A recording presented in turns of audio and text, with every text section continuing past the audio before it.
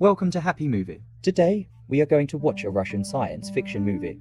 The story takes place over 1,000 years in the future. By then, humans have migrated to every corner of the universe, possibly out of necessity, even to the swampy and metallic monster-filled planet, XT-59. There, humans have resettled. The supreme authority is an intelligent computer called the President. The President manages everything. Even work and marriage are allocated by him. Over time, many people are dissatisfied. The President is also very authoritarian. He banishes all those who oppose him to the swamp. According to legend inside, prisoners who traverse the swamp can reach a place called the Island of Happiness. But in reality, no one has ever survived to reach there. Those who are exiled either go crazy or simply die on the way. Our main character, Christy, has been exiled to the swamp because she's dissatisfied with the President. With her are a small group of people.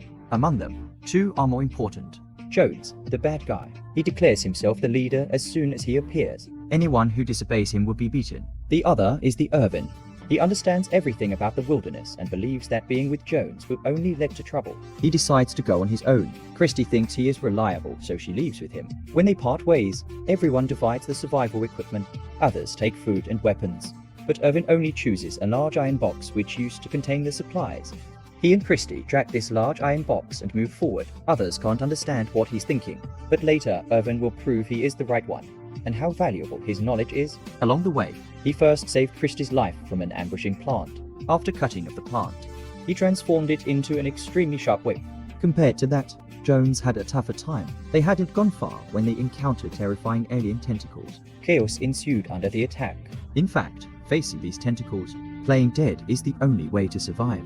But none of them in Jones' team know. One of them got scared and ran away only to be captured and eaten. Fortunately, the plant had limited appetite, so that the remaining can survive.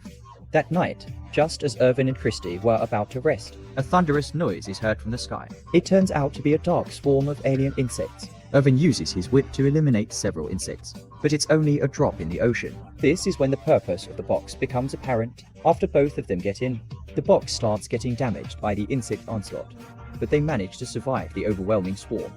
Irvin captures several alien insects and shares them with Christy for a meal.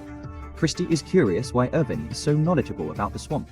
Irvin reveals that he was originally a presidential advisor, knowing everything about the planet. As conflicts with the president grew, he was eventually exiled. Before his exile, he injected a virus into the president's network, which would take effect soon. If the virus works, everyone can be saved.